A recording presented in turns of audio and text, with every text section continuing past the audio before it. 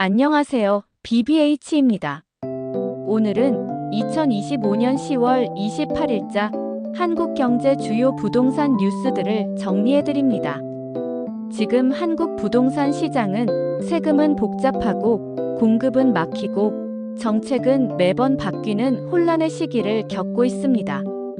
정부는 규제 완화를 말하지만 현장은 여전히 꽁꽁 얼어 있습니다. 오늘은 세 가지 주제로 이야기합니다. 첫째, 구윤철 부총리의 주택 공급 발언. 둘째, 도쿄에서 시작된 플렉스 월세. 셋째, 수도권 규제와 마피 매물의 현실.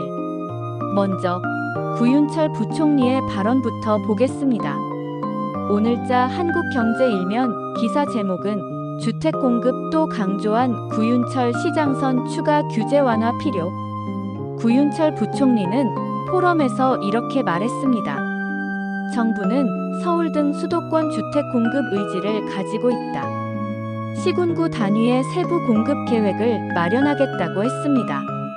하지만 문제는 실행입니다. 계획은 많지만 실제로 움직이는 사업은 거의 없습니다. 전문가들은 말합니다. 민간이 참여할 여지가 너무 적다. 정부가 공급을 이야기하지만 결국 공공 중심이라 속도가 느리다. 실제 데이터로 봅시다.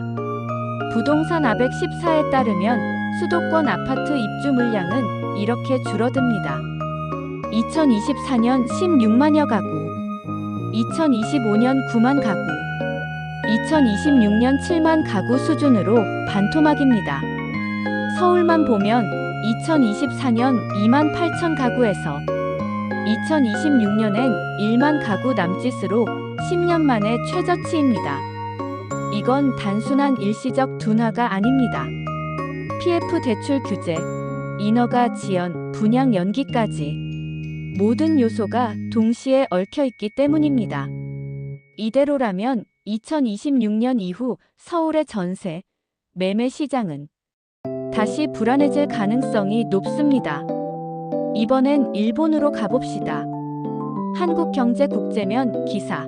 제목은 무조건 2년 임대계약은 옛말 도쿄서 플렉스 월세 뜬다. 일본은 오랜 전통적으로 2년 고정 임대계약이 기본이었습니다. 하지만 지금은 바뀌고 있습니다. 입주자가 원하면 1개월만 혹은 6개월, 12개월, 24개월 단위로 자유롭게 계약할 수 있는 시스템이 도입됐습니다. 이걸 플렉스 월세라고 부릅니다. 호텔처럼 계약 기간이 자유롭고 모바일로 전자계약을 맺습니다. 입주부터 보증금, 송금, 신용 조회까지 모두 온라인으로 처리됩니다. 이 변화의 배경에는 디지털화된 임대 시스템이 있습니다. 일본 부동산 시장은 이제 거주도 서비스로 바뀌고 있습니다. 전문가들은 말합니다. 한국도 언젠가는 이런 형태로 간다. 전세의 불안정성, 월세의 부담 사이에서 유연한 임대 방식이 필요하다. 지금의 전세난은 단순히 공급이 아니라 계약 구조의 문제라는 지적입니다. 다음은 수도권 현장 이야기입니다. 한국경제 부동산면 제목은 마피 속출하는데 3중 규제 노도강 부글부글. 노원, 도봉, 강북 지역에서는 마이너스 프리미엄 매물이 빠르게 늘고 있습니다. 분양가보다 싸게 나오는 이른바 마피 매물입니다. 하지만 거래는 막혀 있습니다. 이 지역들은 여전히 투기 과열지구, 조정 대상 지역, 그리고 중도금 대출 규제를 동시에 받고 있습니다. 집을 팔고 싶어도 못 팔고 새로 사려는 사람도 대출이 막혀 있습니다. 한 전문가의 말이 인상적입니다. 거래세 낮추고 보유세 완화해봤자 소용없다. 거래 자체가 안 되니까. 결국 세금 완화는 심리적인 효과에 그칠 뿐 시장에서는 거래 절벽이 이어집니다. 이어서 또 하나의 기사입니다. 주택 공급 점검, LH 개혁 정책 공백 어쩌나. LH는 최근 비리 사건 이후 조직 개편 중입니다. 하지만 그 여파로 신규 공공주택 사업이 줄줄이 지연되고 있습니다. 서울 주요 택지의 분양 일정이 멈추고 LH 승인 절차가 늦어지고 있습니다.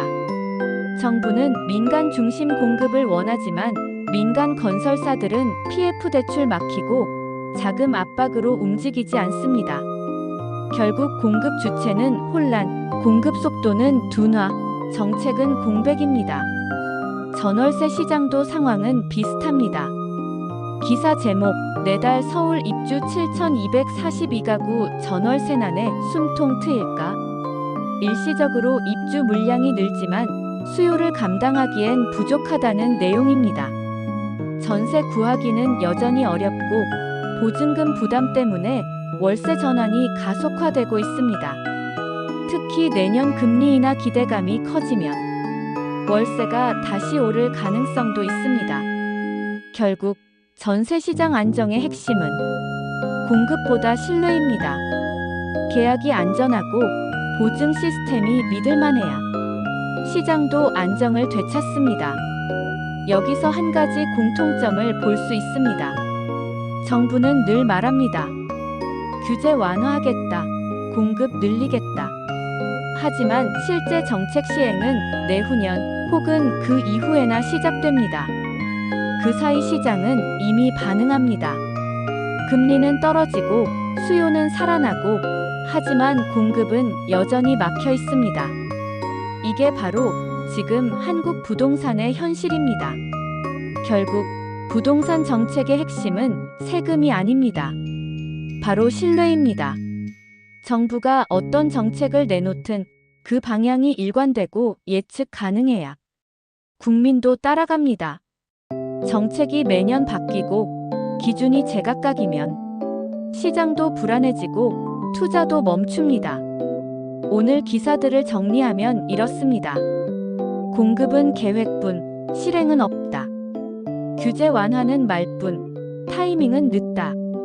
임대 시장은 바뀌지만 제도는 낡았다. 국민은 정책 피로감에 지쳐 있다. 지금 필요한 건 단기 대책이 아니라 장기적 방향성과 신뢰입니다. 정부가 말을 줄이고 실행으로 보여주는 시점이 필요합니다. 여러분은 어떻게 생각하시나요? 규제를 더 풀어야 할까요? 아니면 시장에 맡겨야 할까요? 댓글로 의견 남겨주세요. 지금까지 BBH였습니다. 시청해주셔서 감사합니다.